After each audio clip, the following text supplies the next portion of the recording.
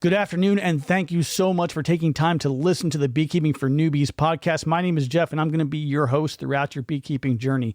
We've made a lot of changes recently. We've been moving our podcast host from one to another. The good news to that is you don't have any advertising right now, but I wanted to ask a favor from all of you. We are trying to grow our presence to be able to provide more and better and dynamic content. We've got a lot of videos we've done. We're trying to do a lot more. If you would, please go over to YouTube and check us out. We are at Beekeeping for Newbies. That's NEWBEES on YouTube. Please check out our videos there and consider subscribing to the channel and let us know what you need. Let us know how we can help support you along your journey. And with that, thank you so much again for listening, and I hope you enjoy the show.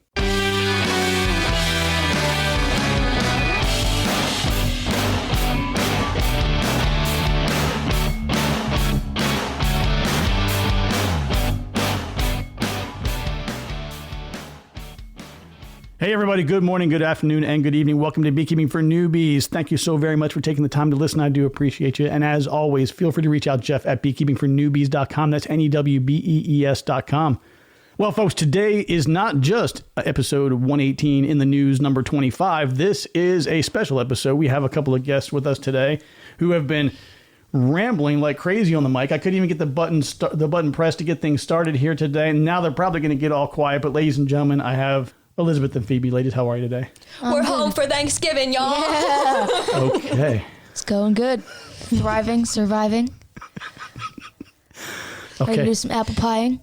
You know the TikTok when they're home for Thanksgiving, she's like, walk in the door, hand my bag to the valet. In case you're wondering, it's my dad day.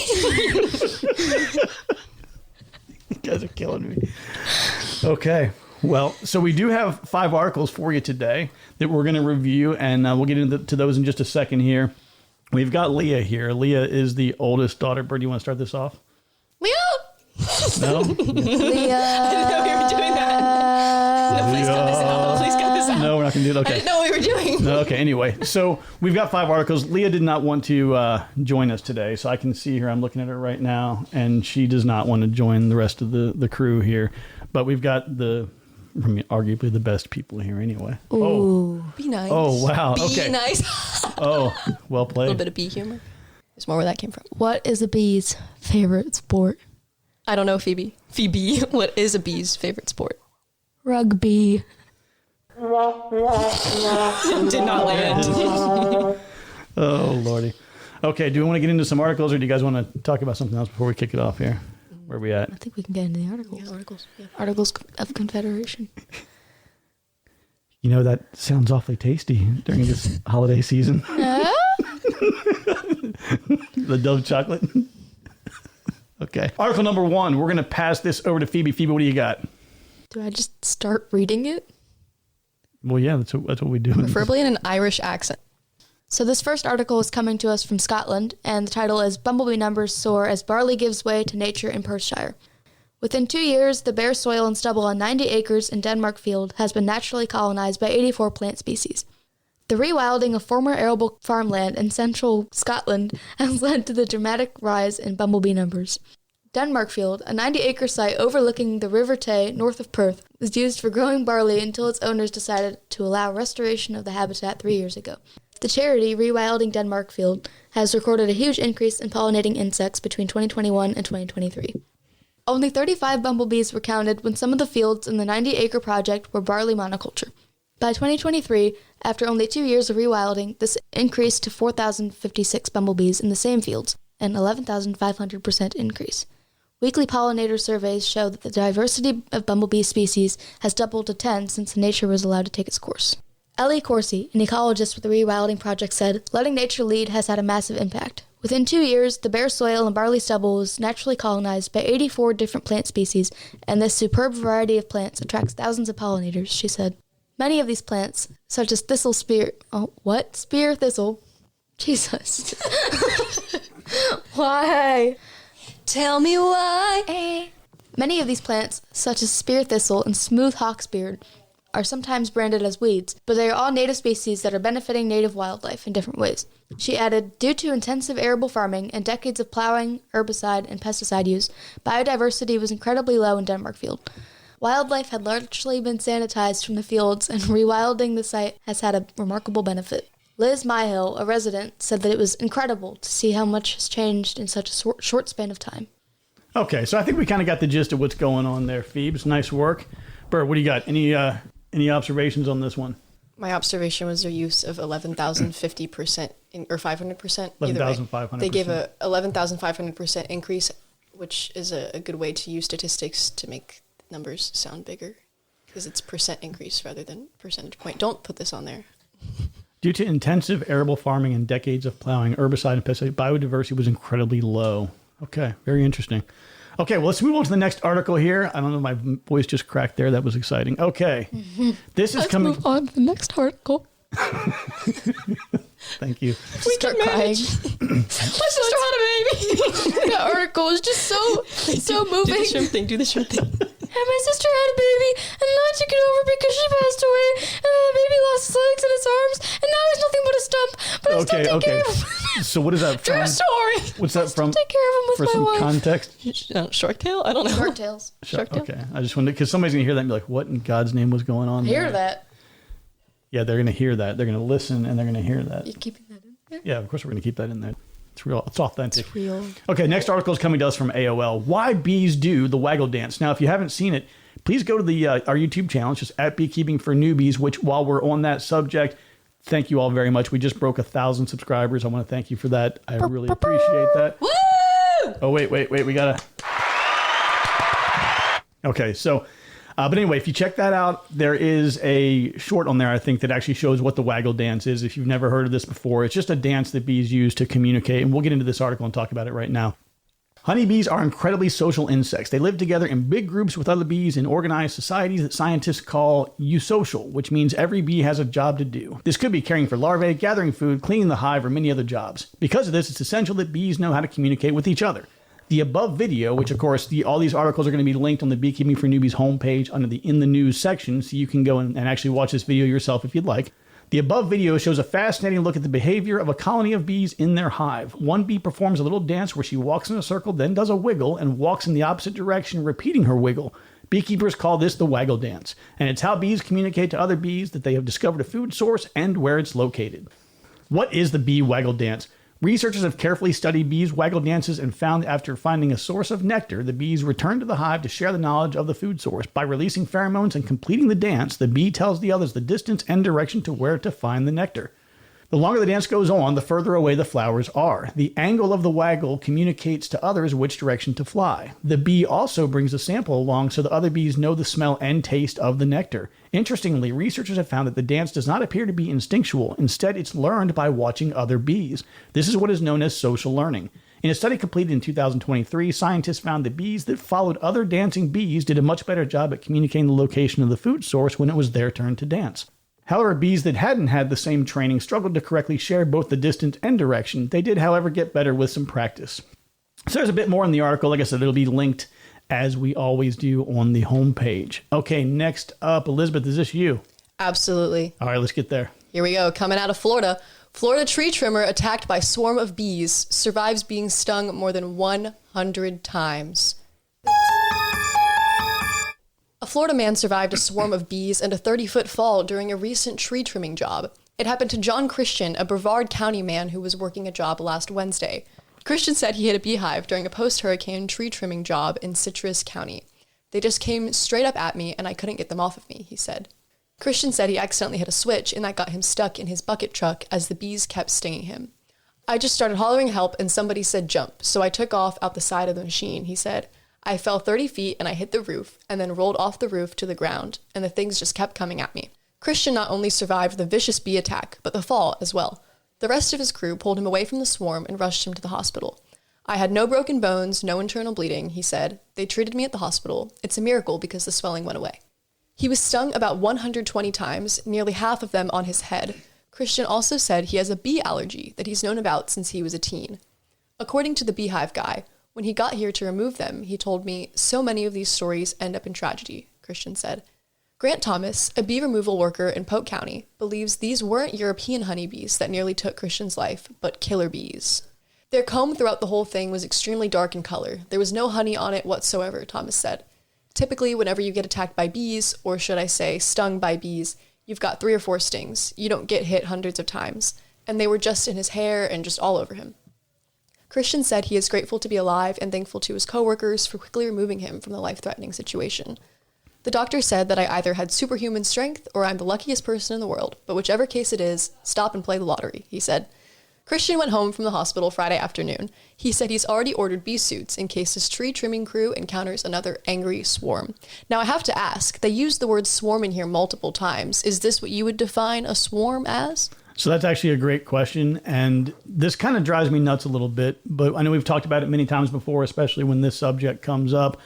But, you know, the swarm is the natural process by which honeybees procreate. So, you know, springtime, you have an abundance of resources coming in.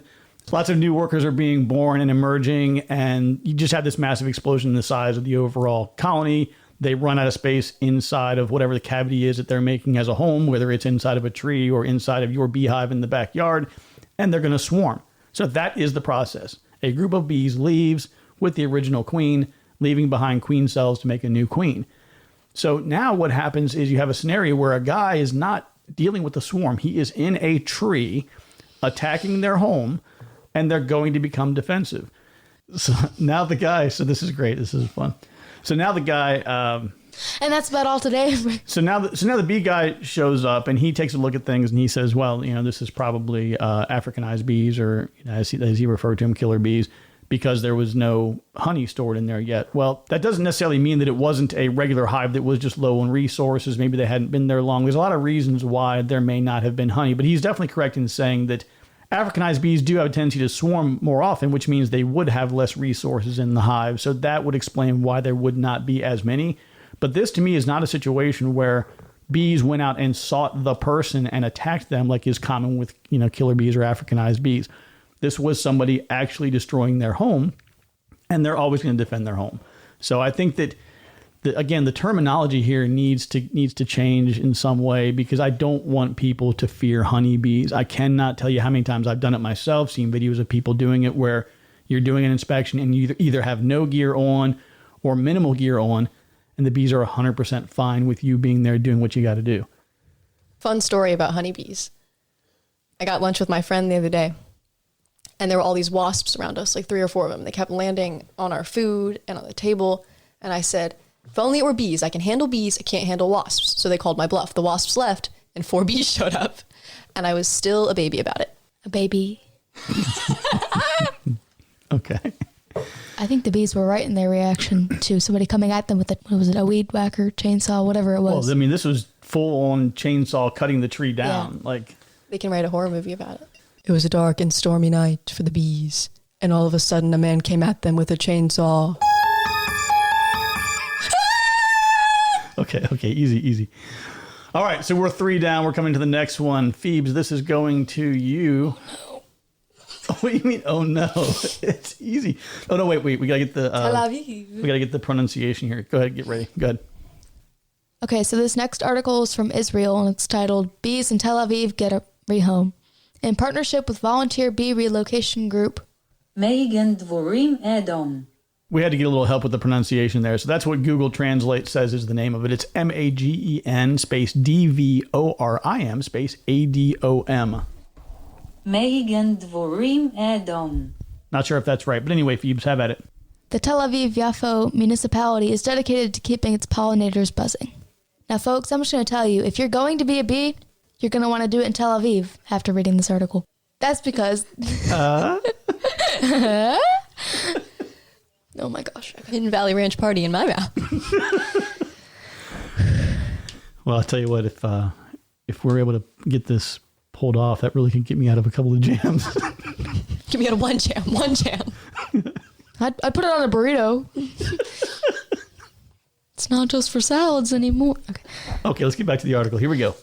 That's because the Israeli coastal municipality has made a commitment to preserve the lives of local bees through a partnership with one of Israel's coolest volunteer organizations, Magen Dvorim Edom, which is Israel's National Emergency Response Network.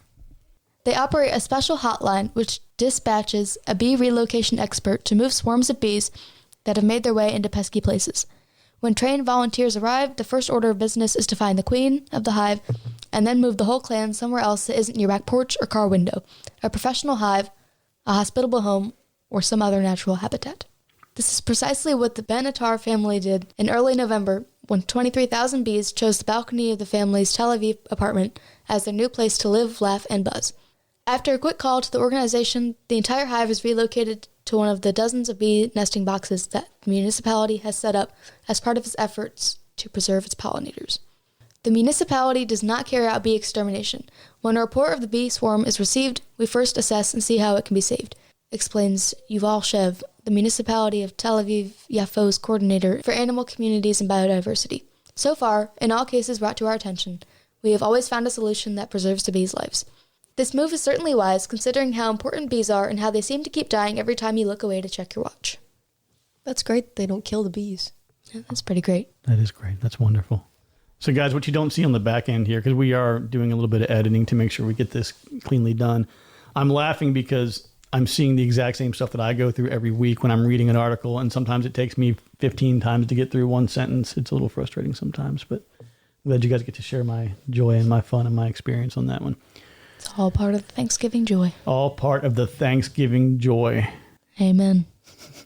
Okay, so let's go ahead. Amen to that. Okay, Stop all right. talking. All right. Is this... Oh, no, Phoebes, you didn't do the Irish. Well, no, so we have a lot of folks who listen in Ireland. In fact, we've been number one in Ireland several times. You're not going to do it? I don't Oh, know. man, That she seems did the offensive. great... seems insensitive. Offensive. How is it offensive to speak with an Irish accent?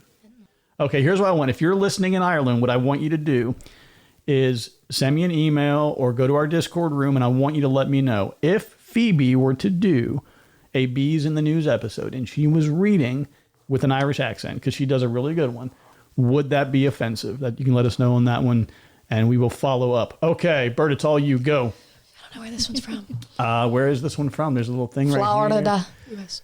It's just generic All US. right, here we go. I got it. Okay, here we go. Go, go, go, go. All right, back to... okay, all right. All right, back to a full national perspective, just from the U.S. Views on garden insects are changing. Why many former pests are now valued. Sounds very valuable. Sounds very valuable. Yeah, great. So, reading from the article here, a neighbor texted me this week asking for advice about controlling carpenter bees. She was hoping for an exterminator recommendation, but I gave her a simple do-it-yourself solution that is easier on the wallet and environment and even more effective. It got me thinking about the importance of taking a beat to learn whether insects actually pose any harm, and if so, how much, rather than immediately reaching for a spray can or calling in the big guns. We're all familiar with beneficial insects like ladybugs, dragonflies, and bees, but it's high time we reconsider our definition of pests and collectively add other, less familiar insects to the friendly bug list. So I'm going to pause you 1 second here. So I think that everybody likes what dragonflies do as it relates to like mosquito control and stuff like that. But this is actually another video that I have on YouTube about this, but it's a very brief, like 13 or 14 second short. But dragonflies will hover around and stalk your bees. So I love dragonflies and they're really cool and they serve a great purpose. But when you see them around your hives, it's not a good thing. I have had at one point in time more hives here at my house than I'm probably allowed to say. So let's just say when I had my 4 hives here, there were like 20 or 30 dragonflies flying around all the time, and they will kind of wreak a little bit of havoc. But again, it's part of doing business, right? The queen's just going to keep laying eggs. The nurse bees are going to keep raising new brood to replace them. It is what it is. Okay, go ahead. Fun fact about dragonfly eating habits, a dragonfly can eat twice its weight a day. Don't quote me on that if you're a dragonfly expert, but I heard that once. That's good. That's good information to have there. So can I. Right. Okay. All right. On Thanksgiving. On Thanksgiving. Tell All you right. what, we're going to put a hurting on that thing in about an hour. Okay, go. Back to it. Native beetles, assassin bugs, and even wasps are among those that make significant contributions to the environment despite their threatening appearance. Great Britain's Royal Horticultural. I can't do it. Okay. If you just do Horticultural. royal, I'll do horticultural. I got it. Nope, I got it. You good? Okay, here we go. Great Britain's Royal Horticultural Society has even removed the pest designation from slugs and snails, typically considered garden menaces. As it happens, they too play an essential role in the ecosystem, consuming rotted vegetables and serving as an important food source for birds, frogs, and other animals, with even some species helping to control algae. This shouldn't come as a surprise. Everything on Earth has a purpose, whether we realize it or not. Fortunately, as gardeners learn more about the relationship between different life forms, they're viewing insects as essential components of a sustainable landscape rather than nuisances. I told my neighbor that the pesticide an exterminator would use in an attempt to eradicate her carpenter bees would also kill other pollinators and beneficial insects. Plus, those chemicals would need to be applied repeatedly to maintain control, hence the service plan upsell. Carpenter bees are big and, to the uninitiated, scary looking. But the males don't have stingers, and the females only use theirs if they are blatantly disturbed. Still, they do drill holes in wooden surfaces. So what should we do? I recommend sealing the holes with wood putty to prevent the bees from accessing their nest and force them to relocate. In addition, carpenter bees do not like painted surfaces, so painting bare wood would discourage hole drilling in the first place, as well as protect it from the elements. Spraying nest openings with almond or citrus oil, which the bees detest, also would provide an effective deterrent. If you must act, common sense should prevail, as particularly severe infestations might warrant a stronger approach. If so, seek out an organic control, such as diluted neem oil, sprayed only after dark to avoid exposing pollinators. Homemade soap sprays, made by mixing 1 tablespoon of dish soap into a quart of water, can be used to control soft-bodied insects on plants if necessary. Planting nectar-rich flowering native plants will support native insects like ladybugs, lacewings, and parasitic wasps. Avoid planting the same crops in the same beds year after year. Rotating them will essentially starve pests that target specific plants, and provide a clean slate when you reintroduce them to the bed 2 or 3 years later. And learn to accept some pest activity. A few leaf nibbles shouldn't justify eradication. These measures should only be taken when a damage threshold is crossed. In many cases, it won't be. A single nest of baby birds consumes between 6,000 and 9,000 caterpillars, insects, and worms in just their first few weeks of life. Encourage prospective avian parents to nest on your property by setting up a feeder and providing fresh, clean water. They'll do a great job and work for free. And that's undoubtedly the best experimenter a gardener can hope for. Awesome. Great article. Well, that is all that we have on our 5 articles of the week. Like I mentioned before, these are going to be posted up on the Beekeeping for Newbies in the news section of the homepage if you want to go take a look at those or read anything further. And you can probably hear the pots and pans and things jingling in the background as the Thanksgiving feast is getting ready to go down. So we're going to probably go jump on that in a minute. You know, it's funny because as we were kind of preparing everything and I was getting the mic set up, because I usually only have a single mic set up. So I was setting up 2 additional mics and going through everything. I had 2 chatterboxes over here that just wouldn't stop, and now they're all quiet. I've been reading an article. Yeah, but you had some stuff going on earlier. What do you stop? What are you doing? I'm still muted. Oh, I thought I was still muted. Oh my gosh. Anyway, so we can sing the national anthem again if you want. That was kind of fun, but let me think real quick. Okay, well, I think that's probably going to be about all we need to do. Everybody's got the look. I got the turkey in the oven. I was supposed to be monitoring that, and it's already beyond my threshold, so hopefully somebody's keeping an eye on that so it doesn't burn. Girls, so you got long, anything? farewell, off Readers and goodbye. No, that's not the one. Oh, you want to do a quick update? How's school going? It's going pretty good. Almost done with my very first semester here at, I don't know if I should say my school. Well, you might have people stalking you or whatever. Yeah, never mind. Okay.